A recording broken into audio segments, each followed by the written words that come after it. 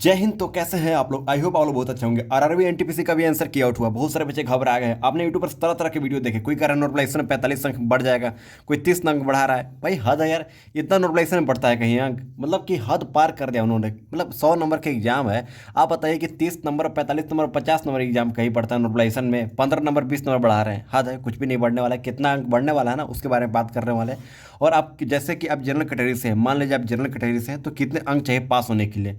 कितने अंक में आपका रिजल्ट बन जाएगा? स्टेज टू के लिए प्रिपेयर कर सकें। अगर आप ओबीसी हैं तो कितने अंक चाहिए? एससी कैटेगरी से है तो कितना चाहिए? एसटी कैटेगरी से है तो कितना चाहिए? सारी जानकारी अभी आप तक हम शेयर करने वाले हैं।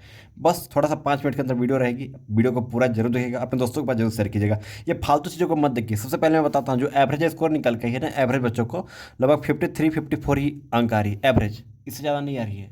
समझ में आएगा ना? 54। आप ये मत सोचिए कि आपका कॉल कम है, सब बच्चों का कम है। समझ में आएगा? इस बात को लेकर ध्यान दीजिएगा। फालतू का वीडियो देखिएगा, व्यर्थ में आपका समय बीतेगा और आप डिमोटिवेट होइएगा। स्टेज टू के लिए प्रिपेयर करने में लग जाइए, जो इतना अंक बताने वाला उसके अनुसार आप अगर है तो। और सबसे पहले देखो, नॉर्मलाइजेशन में जहाँ तक फायदा हुई ना, नॉर्मलाइजेशन मतलब आपको समझा देते हैं, उसके बाद आगे बढ़ते हैं। बहुत लोग ये भी जानकारी नहीं होता है नॉर्मलाइजेशन होता क्या है एक्चुअल मैंने में।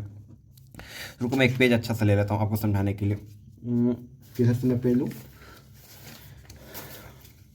देखो, नॉर्मलाइजेशन की जहाँ तक बात हुई, जहाँ तक बहुत लोग पता नहीं होता नॉर्मलाइजेशन एक्चुअली में क्या होता है। नॉर्मलाइजेशन जैसे हुआ क्या, मान लो कि किसी दिन, जैसे कि मान चलो कि 23 तारीख को मान लो एग्ज़ाम है, किसी चीज़ का एग्ज़ाम था 23 तारीख को।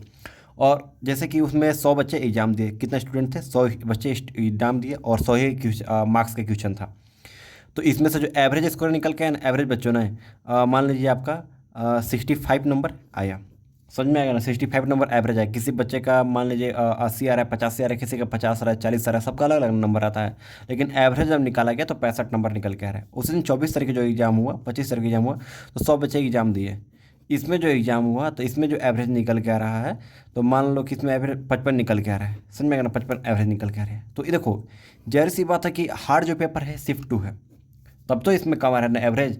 क्योंकि जितना बच्चा अटेम्प्ट करता है ना, उसमें डिपेंड करता है। और डिपेंड जो है, इसमें एवरेज 55 आ रहा है, इसमें 65 आ रहा है। तो ये दोनों को बराबर करने के लिए, क्योंकि डे दोनों का बराबर होने चाहिए, तो बराबर करने के लिए इसमें अंक बढ़ाए जाते हैं। तो कभी आपने सुना है कि 45 नंबर बढ़ गया, 50 नंबर बढ़ गया, 15 नंबर बढ़ गया, 20 नंबर? ऐसा नहीं सुना होगा आपने। स्कोर देखा होगा, 3 नंबर बढ़ जाता है, 7 हार्डली 7-6 बढ़ता है, वो बात की बात है। लेकिन 3 नंबर, 4 नंबर, 2 नंबर यही बढ़ता है, 1 नंबर बढ़ता है, ज़्यादा नहीं बढ़ता है। लेकिन हाँ, यही है कि 1 नंबर के लिए आपका फाइनल में मेरिट लिस्ट में नाम आ सकता है और एक ही नंबर के लिए आप छड़ा सकते हैं। इस बात को लेकर ध्यान दीजिएगा।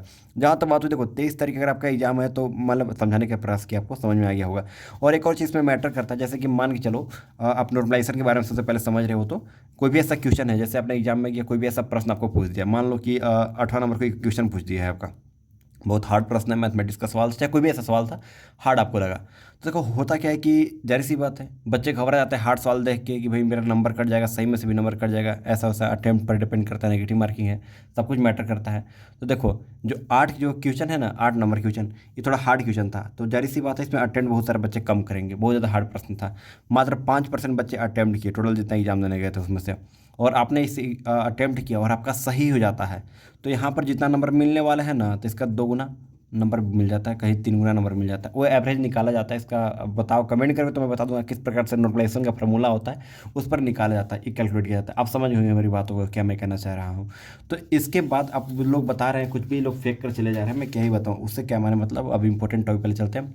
आप जनरल यू आर कैटेगरी से अगर बिलोंग करते हो, तो एटलीस्ट आपका 65 प्लस है ना, आप निश्चिंत तौर पर आप कमेंट कर सबसे पहले बताना आपका कितना स्कोर आ रहा है। अगर 65 प्लस है, आप निफिकिर हो जाओ। 100% मैं बता रहा हूँ, 65 प्लस आ रहा है, आप निश्चित हो जाओ। अगर ओबीसी से बिलोंग करते हो, तो 62 प्लस आपका आ रहा है, तो स्टेज टू के लिए एग्जाम देने के लिए तैयार हो जाओ। मैं बता दे रहा हूँ, इससे 1% भी कट ऑफ नहीं जाएगा। स्क्रीनशॉट लेकर रख लो। फालतू का चीज़ों को लेकर आप व्यर्थ रहो। कोई कह रहा है 70 कट ऑफ जाएगा, 80 कट ऑफ जाएगा। उतना स्कोर किया है आपने, पूछना तो जरा, मतलब हद है, कुछ भी नहीं बोलना चाहिए ना। क्योंकि 57 प्लस अगर आप एससी कैटेगरी से हो तो निफिकिर हो, अगर आप एसटी कैटेगरी से हो तो 52 प्लस हो, तो आप निश्चित रहो। बस यही कट ऑफ है, लास्ट कट ऑफ यही जाएगा, बस उससे ज़्यादा कट ऑफ नहीं जाएगा, आप देख लीजिएगा। क्योंकि जब बच्चों का एवरेज स्कोर आ रहा है, बच्चे घबराए हुए कि कमेंट करें मेरा 52 आ रहा है, 53 आ रहा है आंसर की, जब देख लिए तो भाई ये सबका आ रहा है। 52-53 जो है ना, आप ही का नहीं, आप सबका आ रहा है, इतना ही आ रहा है। तो कैसे 78 कट ऑफ जाएगा, 70 कट ऑफ जाएगा? समझ में आएगा ना? हाँ, ऐसा नहीं है, बहुत सारे बच्चों का आ रहा है, ये बात की बात है। लेकिन 90-95% बच्चों का 52-53 ही आ रही है।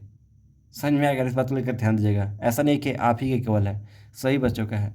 तो इस बात को लेकर ध्यान दीजिएगा, कट ऑफ इतना ही जाएगा, इससे ज़्यादा नहीं जाएगा। अब जहाँ स्टेज 2 का एग्जाम जब होगा तो पता चल जाएगा, लगभग बताया जा रहा है कि 2 महीने बाद होगा स्टेज 2 का एग्जाम। तो आप प्रिपेयर करने में लग जाइए स्टेज 2 के लिए।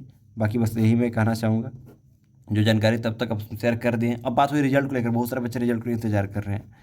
तो रिजल्ट को अभी फ़िलहाल में तो कहा नहीं जा सकता, लेकिन बताई जा रही है कि लास्ट वीक ऑफ सितंबर में देखने को मिल जाएगी, इससे पहले देखने को नहीं मिलेगी। इस बात को लेकर ध्यान दीजिएगा। तो कट ऑफ जो थी आपके सामने मैं पेश कर दिया हूँ, इससे ज़्यादा कट ऑफ ली जाएगी।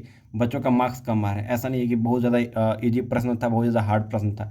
देखो अलग शिफ्ट पर मैटर करता है। अगर आपका मान लो जो 22 तारीख एग्जाम था वो अलग शिफ्ट में था, 23 को अलग शिफ्ट में एग्जाम था, तो उस पर भी मैटर करता है कहीं ना कहीं। 1-2 नंबर, 5 नंबर, 10 नंबर ही इंपॉर्टेंट होता है। मान लीजिए किसी बच्चे का मान लीजिए 65 पर आपका सिलेक्शन होने वाली है, 63 आ गया, तो 2 नंबर के लिए आप छठा गए। तो यही होती है कि वो शिफ्ट पर भी मैटर करते हैं कहीं ना कहीं। लेकिन इतना स्कोर आ रहा है, आप कमेंट करके बताइए आपका कितना स्कोर आ रहा है, तो आप निश्चित तौर पर स्टेज 2 के लिए प्रिपेयर करने में लगिए, ताकि आपको कोई प्रॉब्लम ना आ सके। तो आई होप वीडियो पसंद आए तो लाइक करके चैनल को सब्सक्राइब, नोटिफिकेशन को ऑन जरूर कर लीजिएगा। चलिए मिलता है एक नए वीडियो में नए टॉपिक के साथ, तब तक के लिए भैया जय हिंद।